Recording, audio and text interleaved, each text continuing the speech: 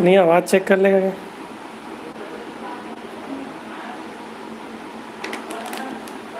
जो लोग ज्वाइन हो गए हैं वो आवाज़ बता देंगे, आवाज़ वीडियो क्लियर है कि नहीं है एक बार।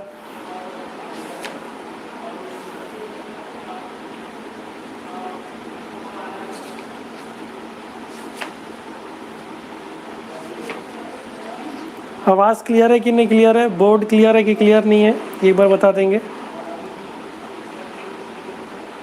आवाज़ क्लियर है कि नहीं क्लियर है, बोर्ड क्लियर है कि क्लियर नहीं है, एक बार बता देंगे। ठीक है, आप लोग मॉनिटरिंग करते जाओगे और अगर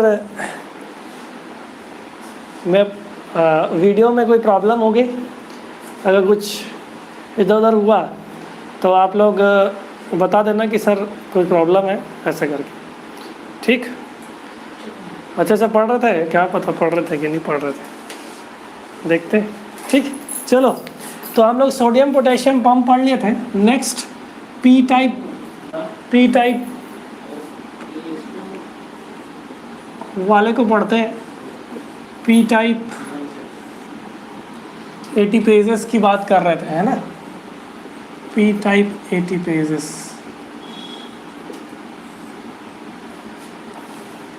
पी टाइप एटीपेजेस में हम लोग ने कुछ एग्जांपल्स देख लिए।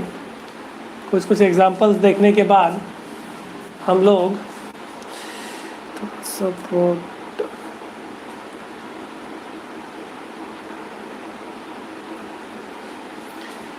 पी टाइप एटीपेजेस के बाद हम लोग किसका एग्जांपल देख लिए थे? सोडियम पोटेशियम पंप देख लिए।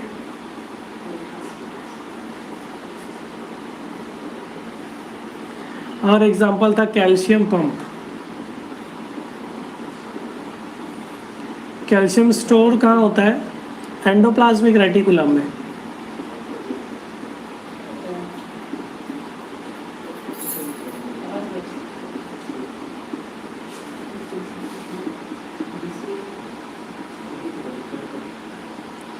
याद है?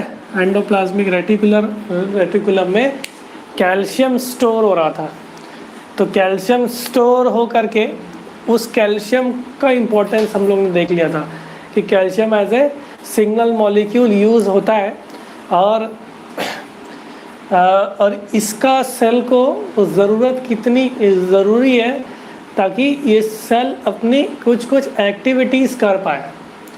इस वजह से मैं क्या बोल सकता हूँ कि कैल्शियम पंप बहुत इम्पोर्टेंट हो जाता है।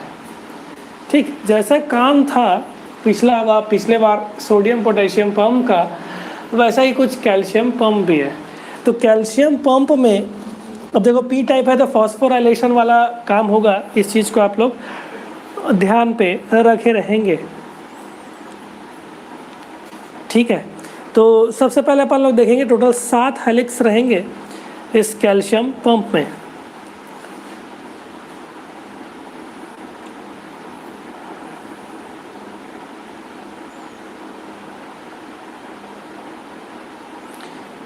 सात नहीं, एक काम करते हैं, थोड़ा सा और डिवाइड कर लेते हैं। मान के चलो ये प्लाज्मा मेम्ब्रेन है, कैल्शियम पंप पढ़ रहे हैं ना, ये प्लाज्मा मेम्ब्रेन है। अब जो भी पंप रहेगा वो प्रोटीन रहेगा, है ना?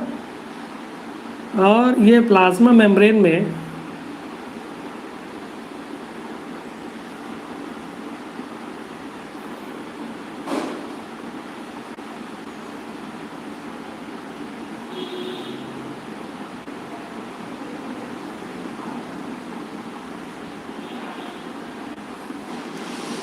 इसके इंटीग्रल वाले हिस्से में 2 सेगमेंट रहेंगे। इस चीज़ को आप लोग ध्यान में रख लेना। इसका जो इंटीग्रल वाला पोर्शन है, इसके जो इंटीग्रल मेम्ब्रेन वाले पोर्शन है, उसमें टोटल 2 सेगमेंट्स रहेंगे। मान के चलो ये प्रोटीन है, पूरा पंप का डिज़ाइन बना रहा हूँ, मतलब पंप का स्ट्रक्चर बना रहा हूँ। ये प्रोटीन है, ये इंटीग्रल प्रोटीन्स कहलाएंगे, है ना। ये वाले इंटीग्रल प्रोटीन्स कहलाएंगे।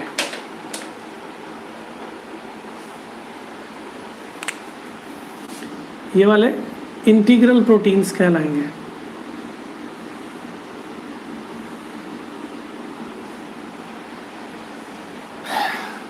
अब इस इंटीग्रल प्रोटीन में कैल्शियम पंप में 2 हिस्से, एक टी सेगमेंट, एक S segment.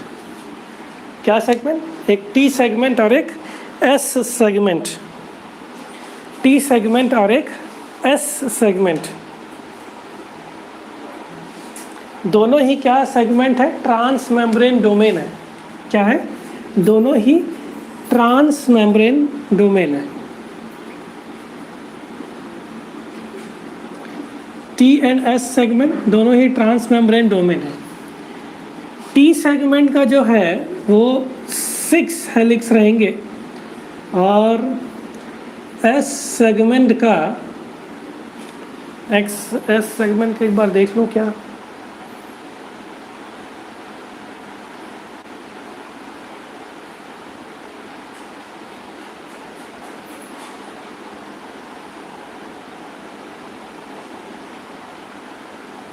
Four transmembrane structure.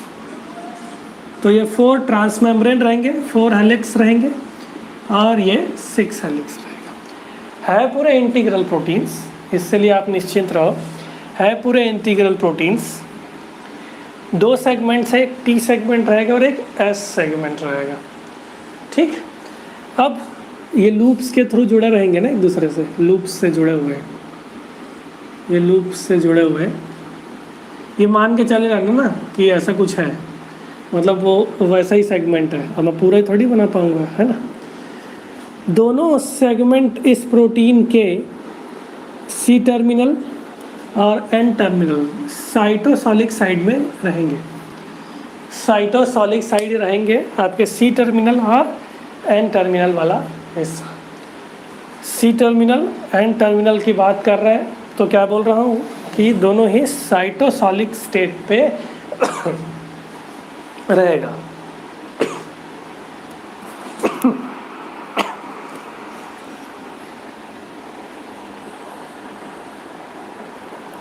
ठीक, चलिए। ठीक, इसके साइटोसॉलिक डोमेन में 3 हिस्से प्रेजेंट रहेंगे, 3 प्रकार के रीजन्स प्रेजेंट रहेंगे। एक रीजन कहलाएगा एन डोमेन, दूसरा कहलाएगा पी डोमेन और तीसरा कहलाएगा A domain. P domain, N domain जुड़ा रहेंगे ना, पी डोमेन, एन डोमेन और A domain. P domain, N domain, A domain.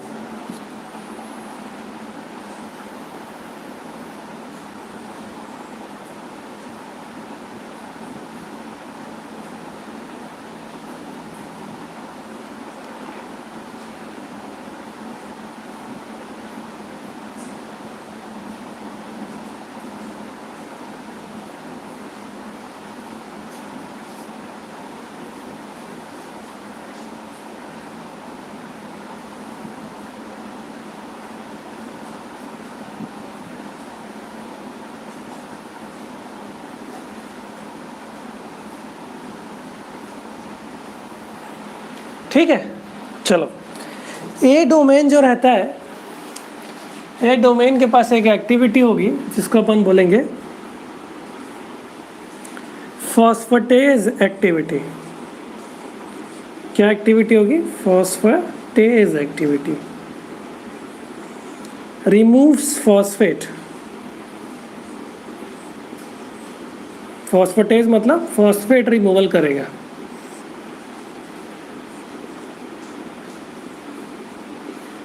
N domain जो रहेगा वो रहेगा न्यूक्लियोटाइड बाइंडिंग डोमेन।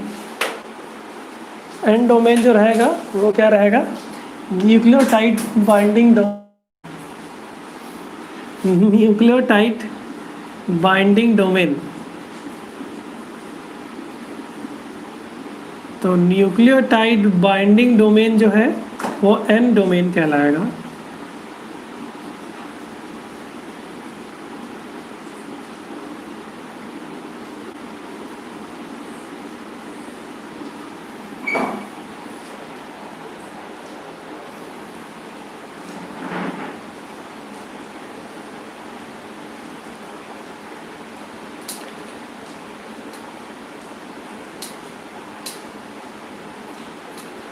ठीक, P for phosphorylation domain. P for phosphorylation domain.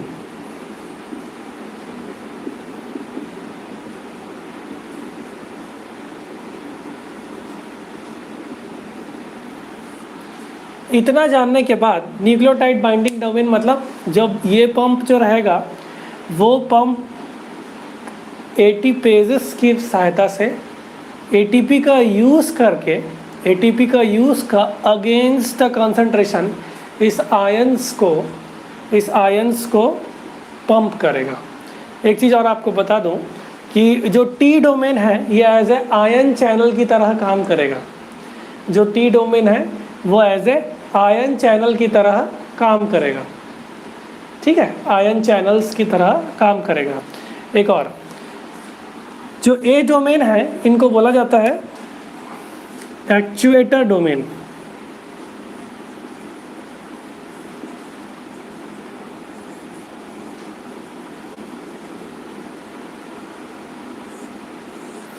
Actuator domain जो है वो फॉस्फेट रिमूव करने का काम करेगा, ये तो पक्की बात है।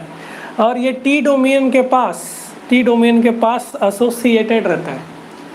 T domain as a ion channels की तरह काम करेगा और फिजिकल सपोर्ट प्रोवाइड करेगा एस डोमेन। समझ रहे हो? फिजिकल सपोर्ट जो है वो एस डोमेन बनाएगा।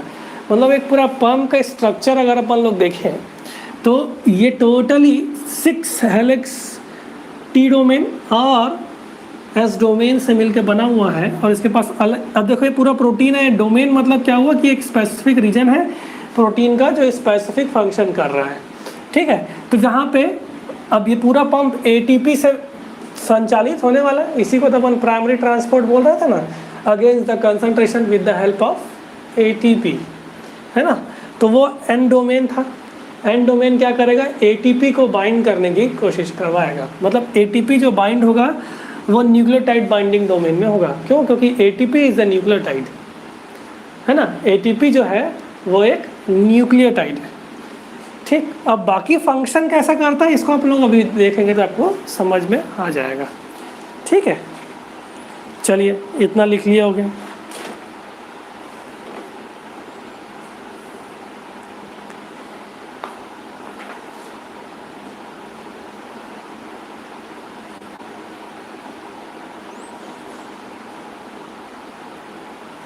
ठीक, चलो नेक्स्ट देखते हैं काम कैसे करता है। Working of calcium ion pump काम कैसे करेगा ये पूछता है क्वेश्चन। डायरेक्ट पूछता है कि which of the following is P type ATPases. अभी पूछता है which of the following is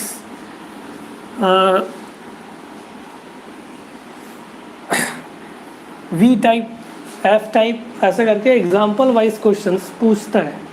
ठीक, अब देखो आप मान के चलना कि मेम्ब्रेन के ऊपर ही बना रहा हूँ इसको। ठीक, मेम्ब्रेन के ऊपर ही बना रहा हूँ मान के चलिए। ठीक, अब आप देखिए ये जो स्टेट हो गया, ये कैल्शियम यहाँ पे बाइंड होगा और ये मैं ट्रांस मेम्ब्रेन डोमेन को, इस ट्रांस मेम्ब्रेन डोमेन को, इस ट्रांस मेम्ब्रेन डोमेन को ऐसे बना दिया। ये पूरा मेम्ब्रेन के ऊपर ही है ना, तो बना ही देता हूँ वही, नहीं तो बोलोगे सर क्या कर रहे हो, है ना।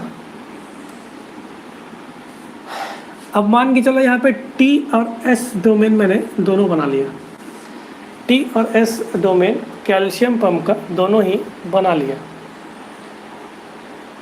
है ना। अब टी से एसोसिएटेड रहेगा आपका ए वाला डोमेन, एक्चुएटर डोमेन, ठीक। अब यहाँ पे प्रेजेंट रहेगा आपका पी डोमेन, और यहाँ पे अपन सुंदर सा बना लेते हैं एन डोमेन,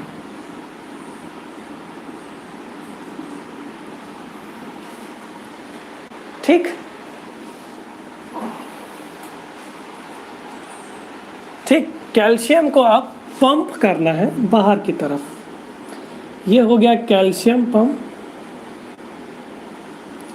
ये मान के चलो कैल्शियम आयंस है, डाइवलेंट आयंस है, ठीक। कैल्शियम आयन जो है वो डाइवलेंट आयंस है। अब ये कैल्शियम आयंस क्या करेंगे, इनके बाइंडिंग साइट्स ये दोनों है, ये दोनों ही क्या है, कैल्शियम बाइंडिंग साइट। ये क्या कहलाएंगे, कैल्शियम बाइंडिंग साइट,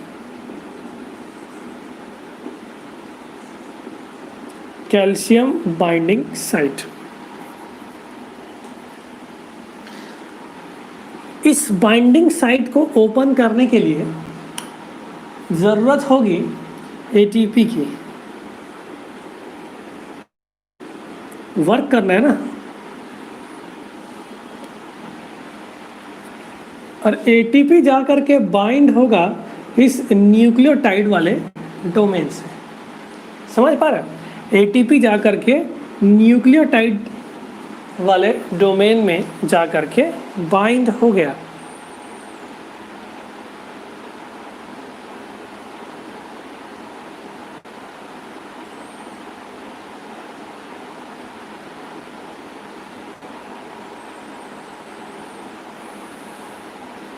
ठीक, ये जो कन्फर्मेशन है ये कहलाएगा E1 स्टेट,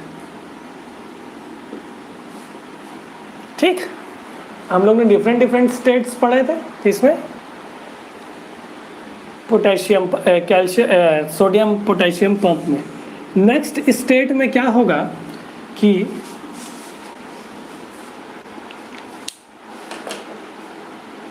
नेक्स्ट स्टेट में क्या होगा,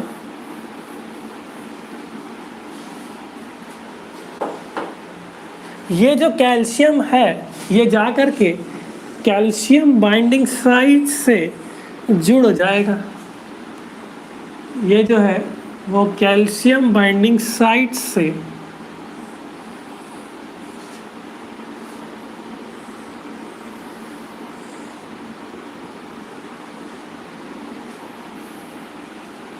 जुड़ जाएगा। अब देखो यहाँ पे कैल्शियम आयंस आकर के बाइंड हो गए। जैसे ये एटीपी से बाइंड होगा, जैसे ये एटीपी एन डोमेन में बाइंड होगा, ये एन डोमेन मूव करेगा, ठीक है। मूव करने के बाद क्या करेगा, वो फॉस्फोराइलेशन साइट या डोमेन पे जा करके फॉस्फोराइलेट कर देगा पी डोमेन को, ठीक। जैसे ही एटीपी इसके पास आया, ये मूव करेगा, मूव करने के बाद ये पी डोमेन को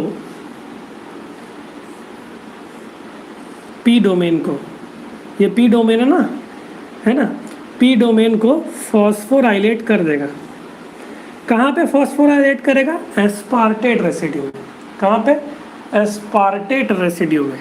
ए डोमेन हमारे पास ऐसे ही रहेगा, ठीक। एस्पार्टेट रेसिड्यू में जा करके फॉस्फोराइलेट कर देगा एन डोमेन, और एटीपी जो है वो एडीपी में कन्वर्ट हो जाएगा। आया, एकदम आराम से समझ लो।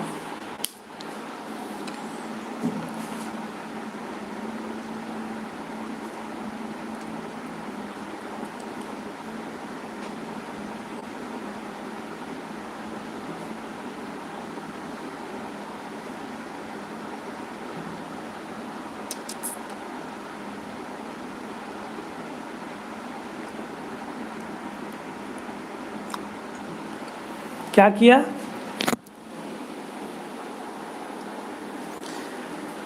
कि एटीपी ने फॉस्फोराइलेट कर दिया यहाँ पे, किसको, पी डोमेन, कहाँ पे, एस्पार्टिक एसिड के रेसिड्यूज में। ठीक है, इस वाले स्टेट को अपन बोलेंगे E1P state, E1P state, TS reason. ठीक है, TS था ना, ठीक है। चलो, जैसे ही ये फॉस्फोराइलेशन स्टेट पे पहुंचेगा, जैसे ही ये वाला सेगमेंट फॉस्फोराइलेशन स्टेट में पहुंचेगा तो क्या होगा, इसकी एफिनिटी ख़त्म हो जाएगी कैल्शियम आयंस के लिए।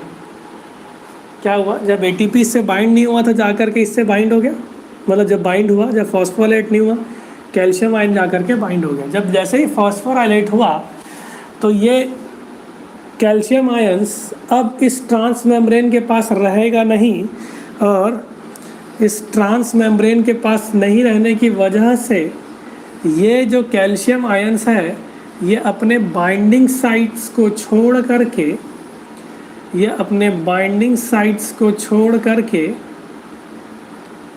फॉस्फोराइलेशन स्टेट में निकल जाएगा दूसरे बाहर वाले अदर साइड, जहाँ पे कैल्शियम आयन अपोजिट साइड पे जाने वाला है। ठीक, तो ये जो कैल्शियम आयंस जो है ये other side of the membrane में जा करके खुल जाएंगे।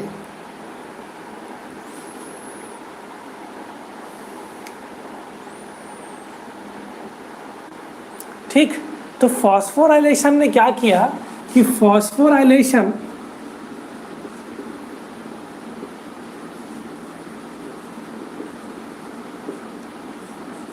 changes the conformation of the protein, changes the conformation of protein। और ल्यूमन साइड, ल्यूमन याद है ना, एंडोप्लाज्मिक रेटिकुलम का ल्यूमन साइड में ओपन कर देगा कैल्शियम को। ठीक, फॉस्फोराइलेशन स्टेट पे किस रेसिड्यू में फॉस्फोराइलेट किया, इस चीज़ को भी आपको ध्यान देना है।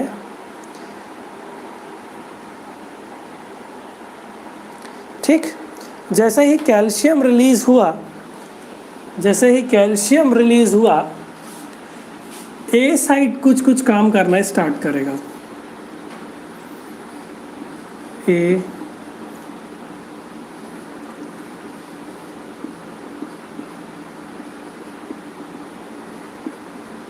एडीपी जड़ा जुड़ा हुआ था ना, ए साइड फिर कुछ कुछ काम करना स्टार्ट करेगा। अब क्या होगा, ए साइड मूव करेगा और एडीपी को रिलीज करवाएगा। अरे फॉस्फेटेज था ना, मूव करने का मतलब ये है कि ये एक्टिव होगा, है ना, तो एडीपी रिलीज होगा, फॉस्फेटेज एंजाइम काम करेगा। सही बोल रहा है कि नहीं बोल रहा, फॉस्फेटेज एंजाइम काम करेगा।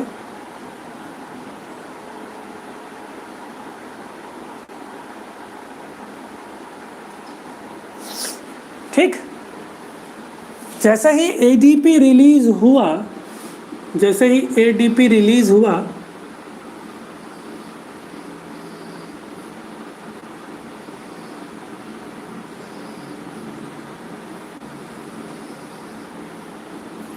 जैसे ही एडीपी रिलीज हुआ और ये जो पी डोमेन है, ये पी डोमेन क्या हो जाएगा, ए भी एक्टिव हो गया ना, तो पी डोमेन जो है वो डीफॉस्फोराइलेट हो जाएगा, फॉस्फोराइलेट हो जाएगा।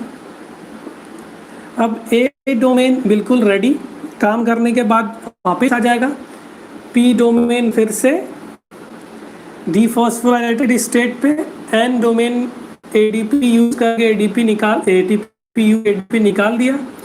अब ये फिर से एटीपी से बाइंड करने के लिए फर्स्ट वाले स्टेट में आ जाएगा। समझ रहे हो?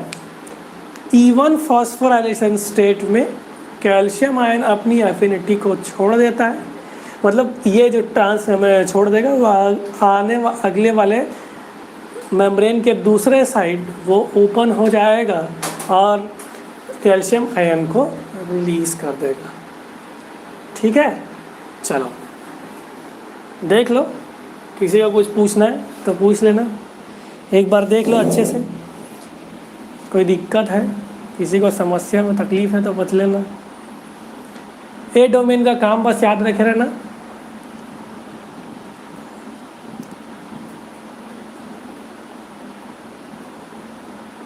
ठीक, इसमें ना as a magnesium as a factor use होता है, इसमें को फैक्टर मैग्नीशियम का भी रोल रहता है इसमें, आप लिख सकते हो। तो ज़्यादा डिटेल की ज़रूरत नहीं है, लेकिन अगर आपको कैल्शियम पंप पढ़ना है तो आपको पता होना चाहिए A domain, P domain, N domain, T domain, S domain.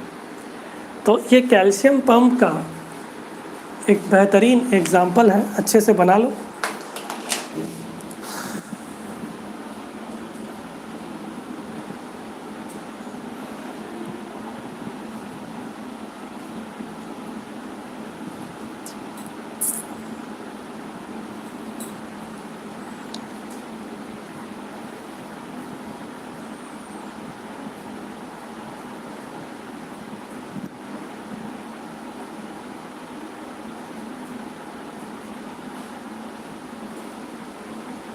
किसी को कुछ पूछना है तो पूछ लो, कोई दिक्कत है तो, नहीं है तो और अच्छी बात है।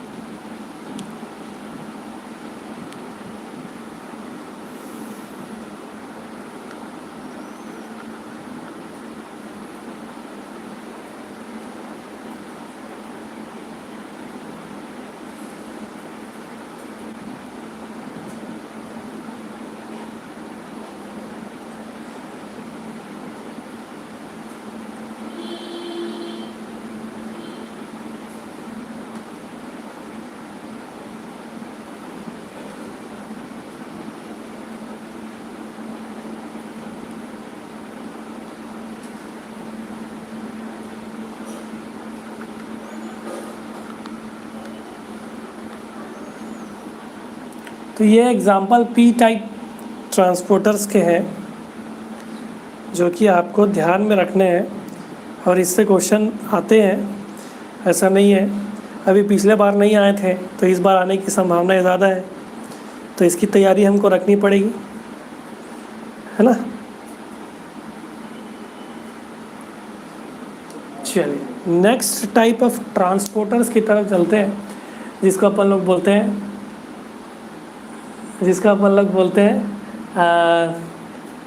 ABC transporters. ठीक है, नेक्स्ट टाइप ऑफ ट्रांसपोर्टर्स पे चलते हैं जिसको अपन लोग बोलते हैं ABC ट्रांसपोर्टर्स।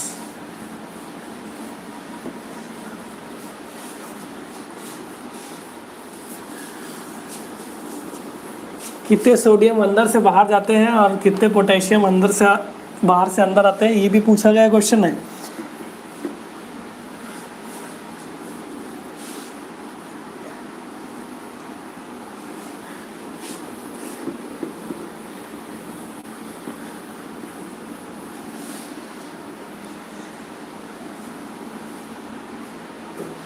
ठीक है, चलो ABC ट्रांसपोर्टर्स।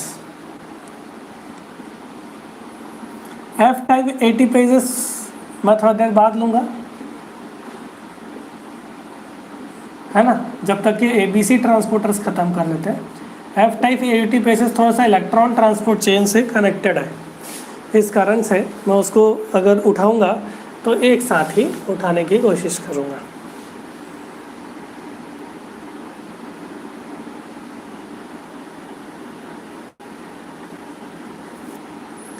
ABC ट्रांसपोर्टर्स अगर बोलें तो ABC ट्रांसपोर्टर्स जो है ये ATP डिपेंडेंट, ABC ट्रांसपोर्टर जो है ये ATP डिपेंडेंट है। ये भी एटीपी डिपेंडेंट रहेंगे। इसका मतलब क्या है, एक्टिव ट्रांसपोर्ट पढ़ रहे तो सीधी सी बात है एटीपी डिपेंडेंट, है ना।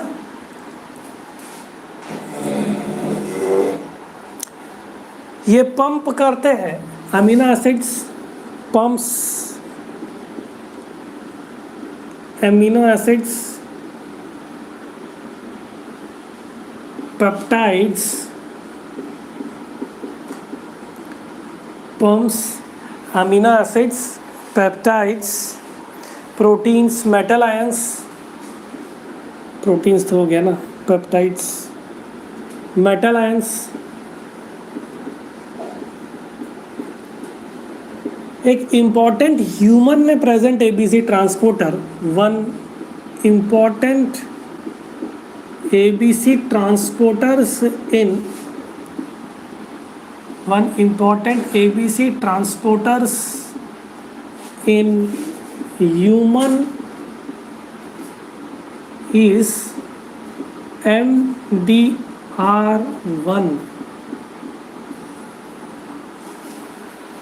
ठीक है, multi drug resistance one transporter, multi drug resistance one transporters.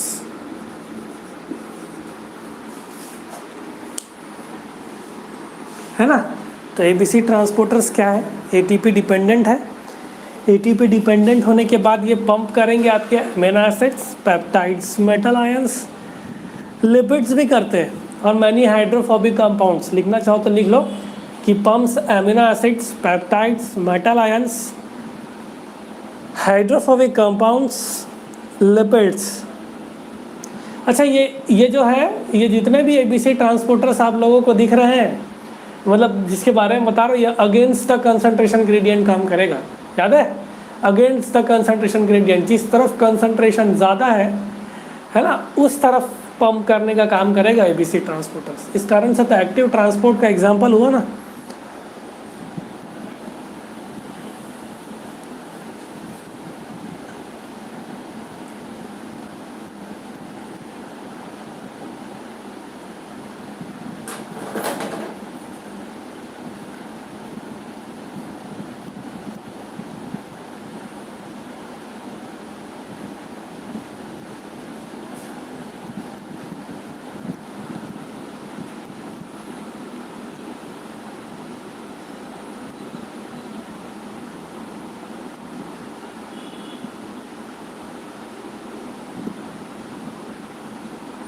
ठीक, MDR1 देखेंगे अभी।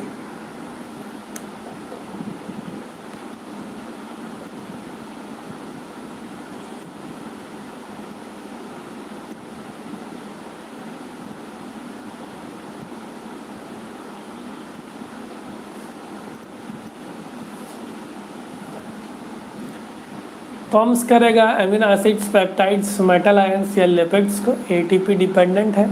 एक इम्पॉर्टेंट एबीसी ट्रांसपोर्टर्स ह्यूमन में है, वो है multi drug resistance one transporter.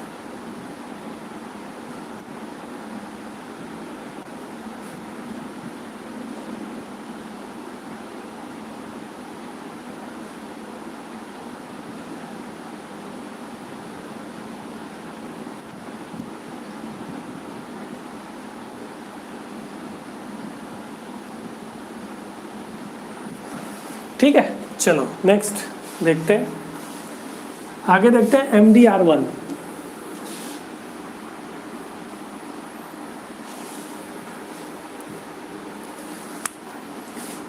तो मल्टी ड्रग रेसिस्टेंस या ट्रांसपोर्टर्स की बात करें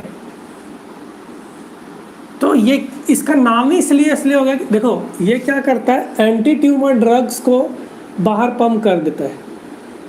जैसे कि ट्यूमर सेल्स है, एंटी ट्यूमर ड्रग है ना, एंटी ट्यूमर ड्रग, जैसे ट्यूमर सेल है। तो ह्यूमन क्या करता है कि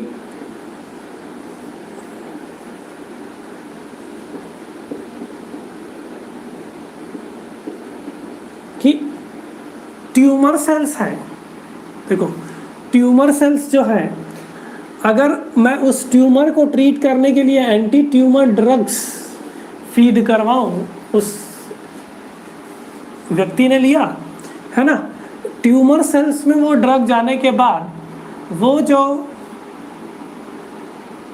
ड्रग है एबीसी ट्रांसपोर्टर, देखो बाहर में कंसंट्रेशन बहुत ज़्यादा रहेगा, है ना, जब मैं उस सेल्स के बाहर, ट्यूमर सेल्स के बाहर, तो ये जो ट्रांसपोर्टर है ये क्या करेगा, उस ड्रग को अंदर सेल्स में आने नहीं देगा।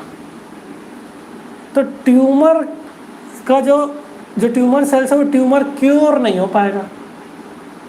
इस वजह से लोग जो टारगेट कर रहे हैं ना, वो एमडीआर को टारगेट कर रहे हैं। अगर एमडीआर टारगेटेड हो जाए तो ड्रग जाकर के ट्यूमर सेल्स को क्योर कर सकता है। लेकिन अभी क्या कर रहा है कि जो MDR1 है वो उस ड्रग को बाहर पंप कर दे रहा है। इस कारण से मैं क्या बोल सकता हूँ कि वो ट्यूमर सेल्स ट्रीट नहीं हो पा रहे हैं। ट्यूमर सेल्स के पास ड्रग ही नहीं जाएगा तो कैसे वो ट्रीट हो पाएंगे। ठीक है, तो लोग, साइंटिस्ट ने क्या किया, इसी चीज़ को टारगेट करते हुए, अब एक चीज़ और, अगर इसका एक्सप्रेशन ज़्यादा हो जाए, इस ABC ट्रांसपोर्टर का एक्सप्रेशन ज़्यादा हो जाए तो होगा क्या कि ट्यूमर सेल्स कभी क्योर नहीं हो पाएंगे। क्योंकि ट्यूमर के जितने भी एंटी ट्यूमर ड्रग्स हैं वो एक्सपेल ज़्यादा ही होने लग जाएंगे, है ना। तो ये ABC ट्रांसपोर्टर्स का एक एग्जांपल बहुत कारगर सिद्ध होता है। इस कारण से वो मल्टी ड्रग रेसिस्टेंस इसका ऐसा नाम दे दिया गया है। देखो, अब देखो, ये जो मान के चलिए प्लाज्मा मेम्ब्रेन है, अगर एक ABC ट्रांसपोर्टर्स की बात करूं, तो इसके पास एक ट्रांस मेम्ब्रेन डोमेन प्रेजेंट, दो हाफ होंगे इसके दो हाफ होंगे, एक ट्रांस मेम्ब्रेन डोमेन TMD, एक होगा साइटोसोलिक डोमेन।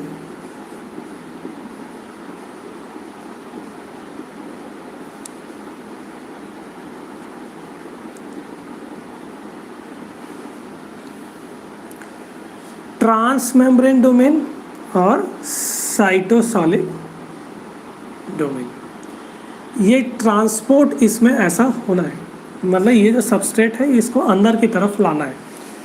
तो इस ट्रांस मेम्ब्रेन डोमेन में टोटल 6 हेलिक्स रहेंगे, और अगेन साइटोसोलिक डोमेन में एक डोमेन प्रेजेंट रहेगा। इस डोमेन को अपन बोलेंगे NBD डोमेन। NBD मतलब न्यूक्लियोटाइड बाइंडिंग डोमेन। क्या हुआ? Nucleotide binding domain, nucleotide binding domain.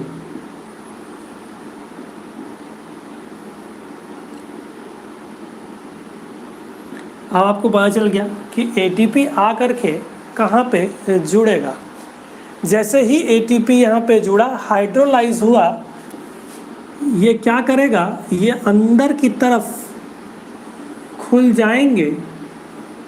तो कन्फर्मेशनल चेंजेस हुए NBD डोमेन से, और ये जो सबस्ट्रेट है ये अंदर की तरफ चले जाएंगे। एक सिंपल सा structure, 6 helix trans membrane domain structure, cytosolic domain में NBD डोमेन प्रेजेंट, जिसको अपन लोग न्यूक्लियोटाइड बाइंडिंग डोमेन कहेंगे,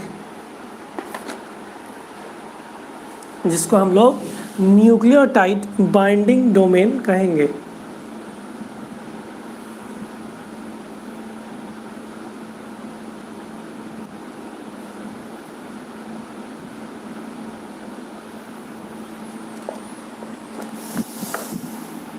तो ABC transporters is dependent totally on ATP, consists of 2 domains, transmembrane domain, 6 helical structure TMD, and 1 domain जिसको अपन बोलेंगे nucleotide binding domain.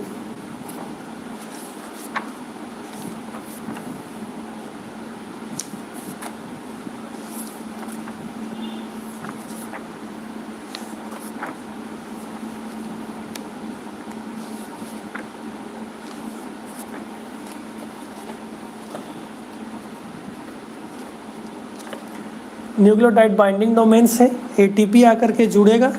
ATP आकर के बाइंड होने के बाद वो हाइड्रोलाइज होगा। तो आप देख सकते हो कि एक एबीसी ट्रांसपोर्टर्स में दो ट्रांस मेम्ब्रेन डोमेन मैंने बनाए हुए हैं, दो ट्रांस मेम्ब्रेन डोमेन और दो साइटोसैलिक डोमेन। तो दो ट्रांस मेम्ब्रेन डोमेन और साइटोसैलिक डोमेन से बना रहेगा एबीसी ट्रांसपोर्टर। ठीक,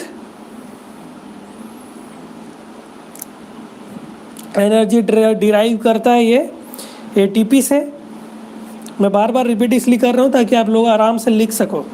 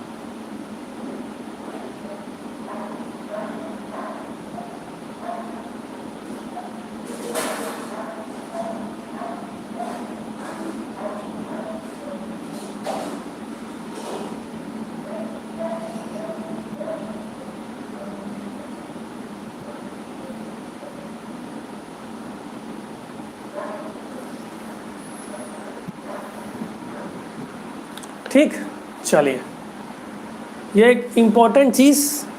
अब आप सोच रहे होंगे कि सर एबीसी ट्रांसपोर्टर्स हमारे शरीर के लिए फ़ायदेमंद है कि नहीं है?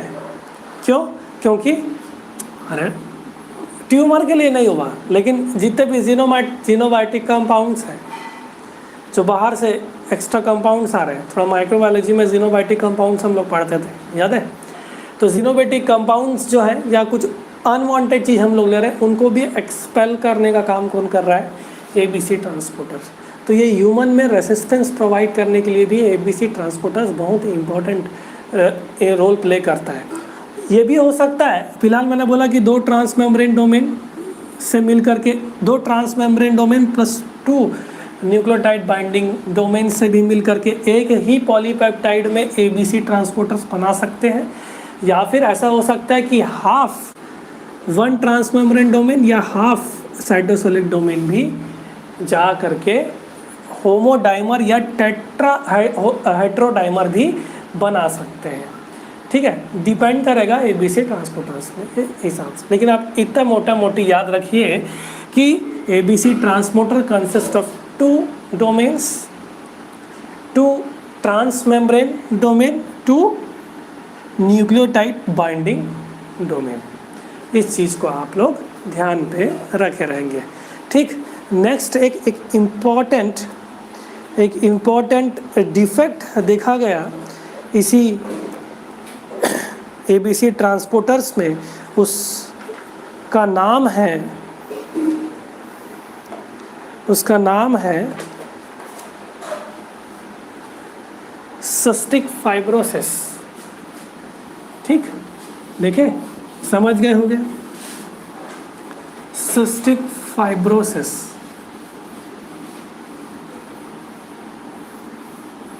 आयन चैनल्स में डिफेक्ट हो जाते हैं। सिस्टिक फाइब्रोसिस में कैसे देखते हैं? एकदम इजी है। थोड़ा सा आप लोग ध्यान से पढ़ेंगे तो आप बिल्कुल अच्छे से समझ पाएंगे। पहले मैं बताने की कोशिश करता हूँ कि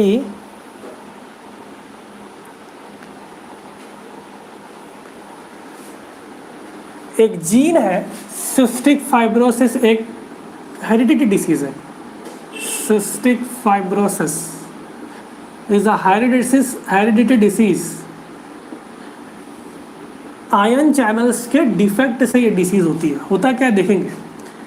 आयन चैनल्स से डिफेक्ट से भी होता है। अब देखो, सिस्टिक फाइब्रोसिस में एक इम्पॉर्टेंट जीन प्रेजेंट रहेगा। जिस जीन में सिस्टिक फाइब्रोसिस हो रहा है, उस वो जीन जो है वो एक इम्पॉर्टेंट प्रोटीन को कोड करता है। उस प्रोटीन का नाम है CFTR। क्या है? CFTR।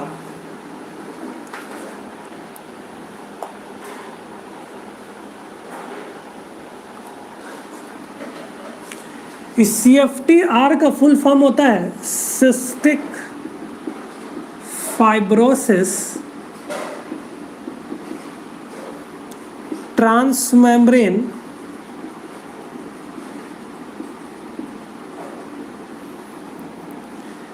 Conductance regulator.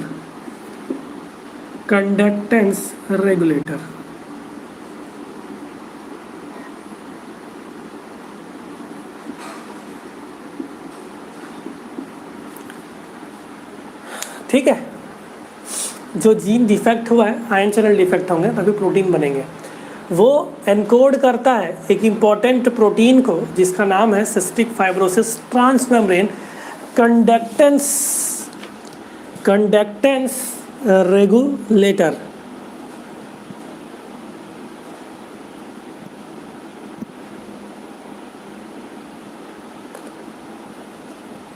ठीक, अब इस प्रोटीन का स्ट्रक्चर अगर अपन लोग देखें, इस प्रोटीन का स्ट्रक्चर ABC ट्रांसपोर्टर्स जैसा ही है। अगर ये एक मेम्ब्रेन हुआ, इस मेम्ब्रेन के दो हिस्से, इस प्रोटीन के 2 पार्ट्स। ठीक, हम मान के चलो ऐसा ही कर लेते हैं ना। ये मैंने बनाया मेम्ब्रेन।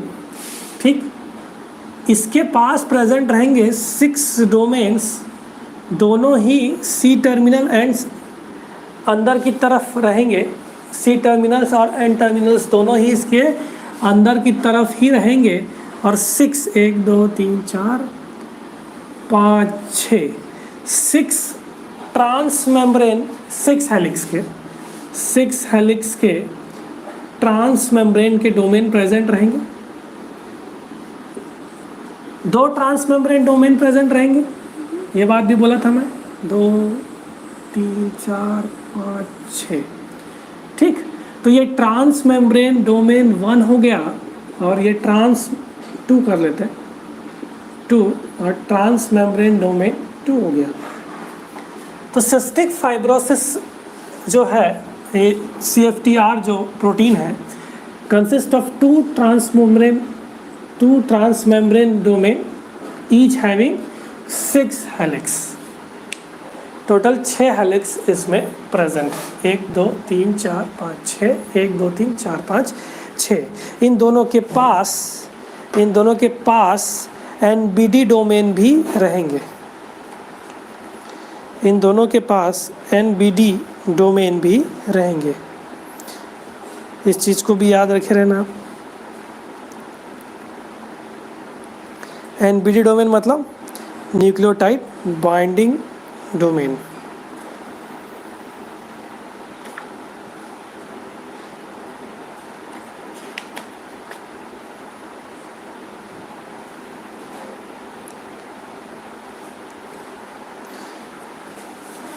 ठीक,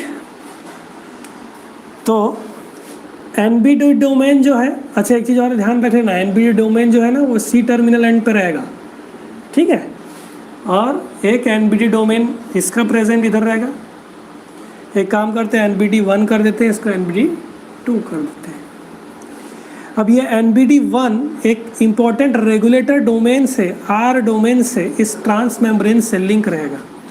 मतलब 2 ट्रांसमेम्ब्रेन डोमेन R डोमेन से भी लिंक्ड रहेंगे। R डोमेन मतलब रेगुलेटर डोमेन,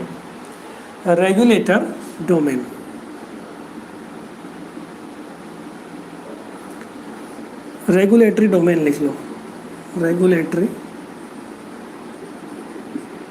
डोमेन।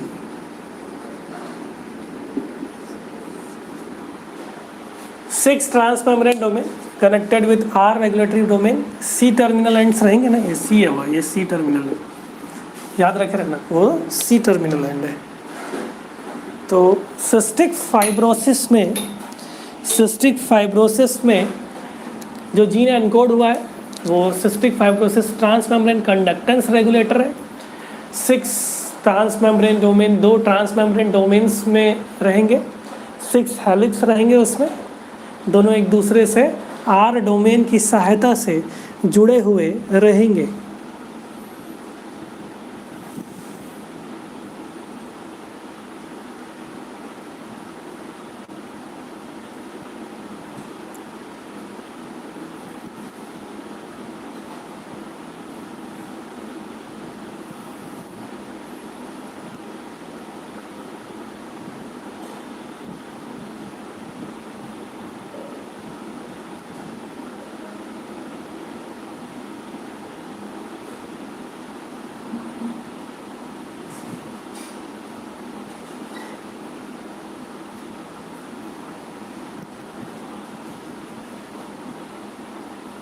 ठीक, चलो मैकेनिज्म देखते हैं कि काम कैसे करता है।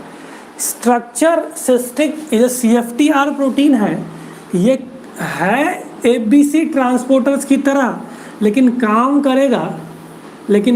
करता है एज ए आयन चैनल्स की तरह। देखो डिफरेंस यही है CFTR के बीच में। CFTR is like ABC transporter, is like ABC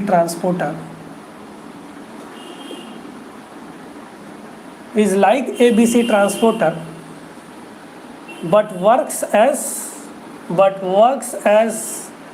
ion channels,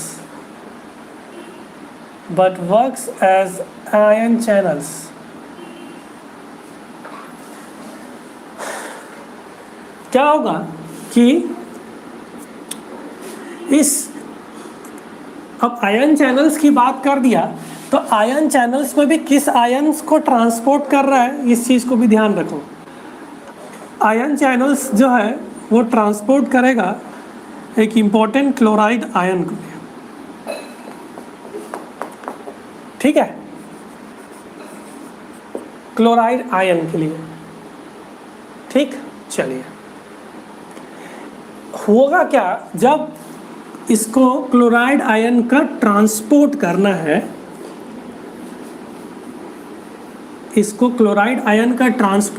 है, इसके NBD डोमेन में ATP आकर के जुड़े रहेंगे। NBD डोमेन में ATP आकर के जुड़े रहेंगे।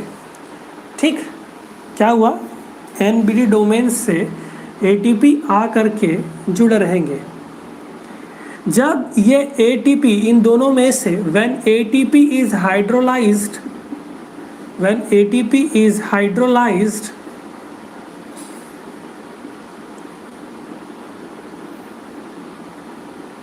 by one or both NBD domain, जब ATP हाइड्रोलाइज किसी एक डोमेन में या दोनों में हो जाए तो होगा क्या कि आयन चैनल जो है वो ओपन हो जाएगा, और उससे क्या होगा कि क्लोराइड आयन का ट्रांसपोर्ट प्लाज्मा मेम्ब्रेन के बाहर होने लग जाएगा।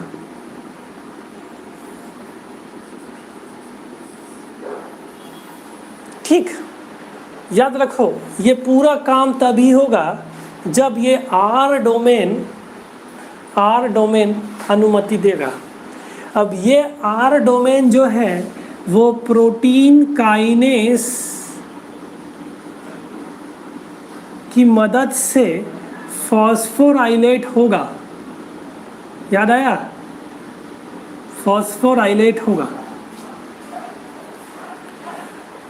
जी protein coupled receptor protein kinase को एक्टिव करेगा। प्रोटीन काइनेस को एक्टिव करने के बाद ये फॉस्फेट ग्रुप इस आर डोमेन में फॉस्फोराइलेट करवाएगा और ये फॉस्फेट ग्रुप जो है ये सीरीन रेसिड्यूज में फॉस्फेट ग्रुप को ऐड करवाएगा। जैसे ही ऐड हुआ एटीपी हाइड्रोलाइज हुआ एडीपी में, आयन चैनल्स ओपन हुए, क्लोराइड आयन का ट्रांसपोर्ट हो गया। ये नॉर्मल CFTR का फंक्शन है। लेकिन जब ये डिफेक्ट हो जाएगा तो होगा क्या कि ये जो फॉस्फोराइलेशन है सीरीन रेसिड्यूज के ऊपर, ये हो जाएगा इनिबिट। तो आर डोमेन इनिबिट नहीं हो पाएगा, आर डोमेन फॉस्फोरेट नहीं हो पाएगा, फॉस्फोराइलेशन इनिबिट हो गया है आर डोमेन का। तो एटीपी हाइड्रोलाइज होकर के आयन चैनल्स ओपन नहीं होंगे और क्लोराइड आयन का ट्रांसपोर्ट नहीं हो पाएगा। और ट्रांसपोर्ट नहीं होने की वजह से क्या क्या होगा इसको बताता हूँ, ठीक। लेकिन सिस्टिक फाइब्रोसिस में हुआ क्या,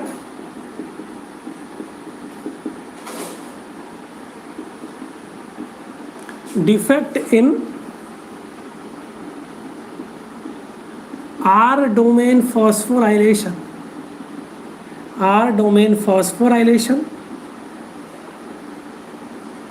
और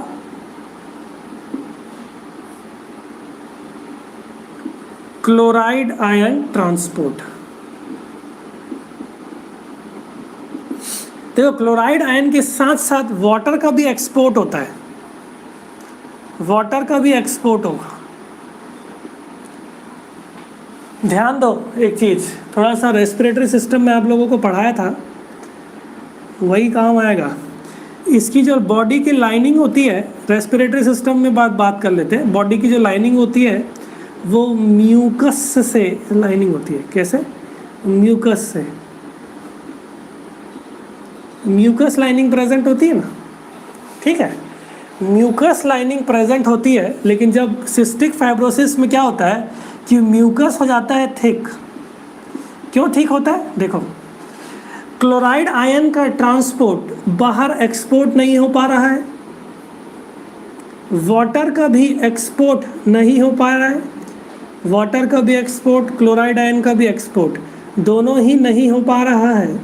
तो होगा क्या, जो यहाँ का म्यूकस रहता है, जो प्लाज्मा, उसको पानी नहीं मिल पाएगा, पानी नहीं मिल पाएगा। पानी नहीं मिलने होने की वजह से यहाँ का जो म्यूकस रहेगा वो डिहाइड्रेटेड रह जाएगा, डिहाइड्रेटेड हो जाएगा। जो म्यूकस रहेगा वो कैसा रहेगा? डिहाइड्रेटेड हो जाएगा। जैसे ही वो डिहाइड्रेटेड होगा तो आप देखो इसका जो म्यूकस है वो पानी प्रेजेंट नहीं है, इसका मतलब कि वो थोड़ा थिक हो जाएगा। थिक होने की वजह से ये रेस्पिरेटरी प्रॉब्लम्स भी सिस्टिक फाइब्रोसिस में देखने को मिला है, ठीक है। तो क्वेश्चन पूछा जा सकता है, आपको क्वेश्चन पूछा जा सकता है कि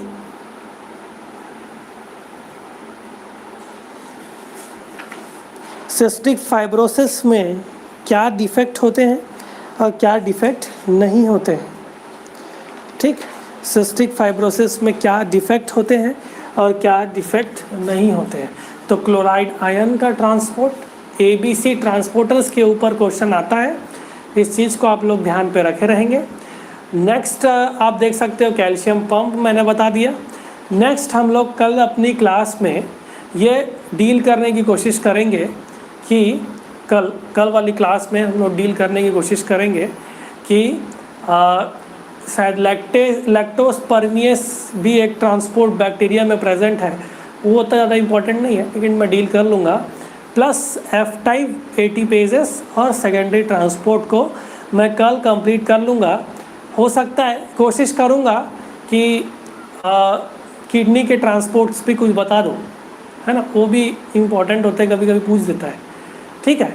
तो हम लोग क्या करते हैं कि इस सिस्टिक फाइब्रोसिस समझ लिए, एक बार समझ लिए, बहुत बार तेमिन ने भी मेरे को बोला था कि सिस्टिक फाइब्रोसिस सर समझा देना, तो मेरे हिसाब से ये भी कंप्लीट हो गया है। तो सिस्टिक फाइब्रोसिस से पार्ट सी में भी क्वेश्चन आ चुके हैं, पार्ट बी में भी क्वेश्चन आ चुके हैं। थोड़ा सा आराम से इसकी मैकेनिज़्म को समझिए, है ना। गूगल मीट में किसी को कुछ पूछना है क्या? बाकी अपन कल करेंगे सेकेंडरी ट्रांसपोर्ट, टेंशन मत लो। अरे सिलेबस कहीं नहीं जाएगा, सिलेबस 10 दिन के अंदर ट्रांसपोर्ट खत्म हो जाएगा आप लोगों का, याद रखना, बता देता हूँ। एंडोप्लाज्मिक रेटिकुलम का ट्रांसपोर्ट और गोल्गी बॉडी का जो ट्रांसपोर्ट है वो दोनों ही मैंने आप लोगों को पढ़ा दिया है ना। बाकी मेरे को वेसिकल ट्रांसपोर्ट, एंडोसाइटोसिस और एग्जोसाइटोसिस ही पढ़ाना है। बाकी ऑर्गेनेल्स को मैं डील कर लूँगा। तो आप लोग 10 दिन में रेडी रहिए और 15 सितंबर तक आप लोगों का सेल साइकिल कैंसर तक कंप्लीट करने की संभावना है। तो उसके लिए आप निश्चिंत रहिए, वो सब मैं कंप्लीट करा दूँगा। मेरे को पता है टॉपिक में कहाँ समय लगना है, ठीक है। तो सेकेंडरी ट्रांसपोर्ट्स और ये सब गूगल मीट का सेशन करना है। किसी को कुछ पूछना है जल्दी बोलो। गूगल मीट में मैं लिंक भेजूँ?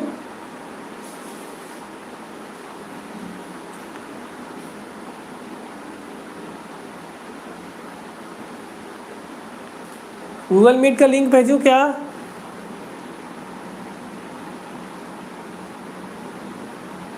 चलो मैं गूगल मीट का लिंक आप लोगों को भेज रहा हूँ, आप लोग ज्वाइन हो सकते हैं। आप सभी का बहुत बहुत धन्यवाद। इतना पढ़िए जितना हमने पहले पिछला पढ़ा है उसको भी बहुत पढ़ के रखिए, है ना। आगे बहुत सारा चीज़ें भी और आने वाली है। ठीक, बहुत धन्यवाद आपका।